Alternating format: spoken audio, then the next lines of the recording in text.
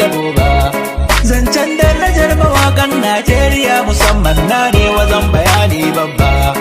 Dangi yan uwa da Hausawa su suka yada mutu ya ba za mu yi kuka ba. Sun mai mu saniyar ware ba mu da kima idanunsu sai ka ce wata dabba.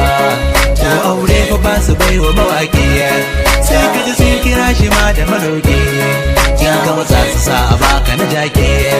Amma in biki ya zo ko waƙar siyasa ko beddan yarsu za ku sha mamaki. Sai su kira ka dan ka burge baki. Kai ta kiɗa kana ta washin baki. Su ku suna rawa da takun shoki. Si kwanto su rinka yi maka liki. Sannan shi ne duka 'ya'yan saki. To idan na yi karya ku zo kuma na amsa waye gwaninsa sai ku yi duba.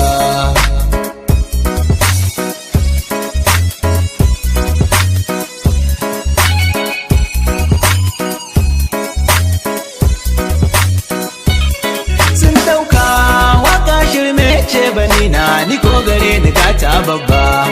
Na gode wa rabbana mai iko yayi mun baiwa zangwani ba zan raina ba. Wani yayi dogaro da aikin ofis wanda sai ya je kasuwa ya kirgo riba. Rufala ya wannan abarwa wani ku wanda ya shuka ya jira ta za ya yi girba. Kiwo ya fi kyau wurin makiyaye. Mai hakuri shi za ya jure tsimaye. Mai neman da kansa ya fi baraye. Kar ku yi jinkiri ku bi na sannu sannan zanen yau tankane da ware tsaba. Haka fuska sai ku rinka yaba mu in akai gefe zuciyar ku na ta baba. Wasu na kin mu sannadin sana'ar mu sun fi so mu mace ma kawai su zo su ci gumba. Duk mai gaskiya a rai bai shayi ko kuma so kuke mu dinga bulaye. In dai naka ne kan mu ku zo ku nuna kishi mu kula da kan mu kar mu zamba.